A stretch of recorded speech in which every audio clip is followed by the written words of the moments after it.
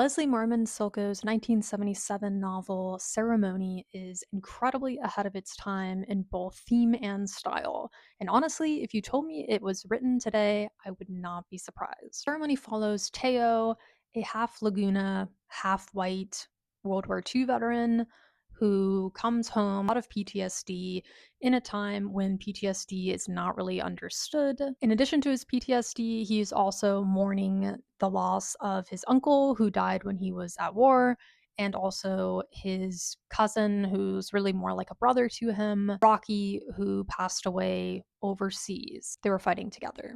Ceremony is so ahead of its time, I think, because it has sort of what I would call an associative narrative style.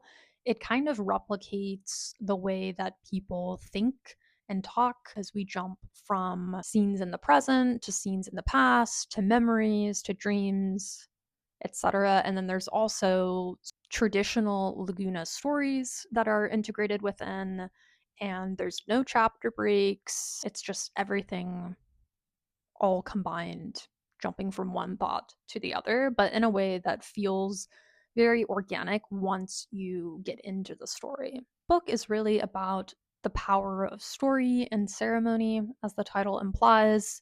It also asks, how do we heal, really? What does that look like?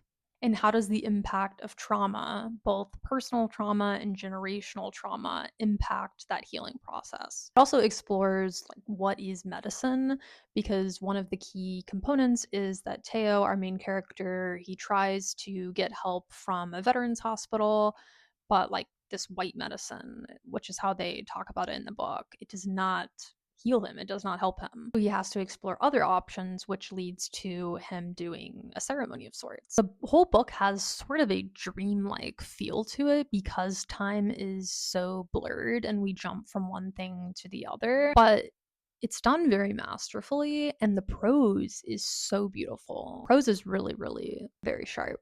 So those two things combined, the style and the prose, really just sort of put you in a trance, and you're just sort of happy to follow the book wherever it wants to take you.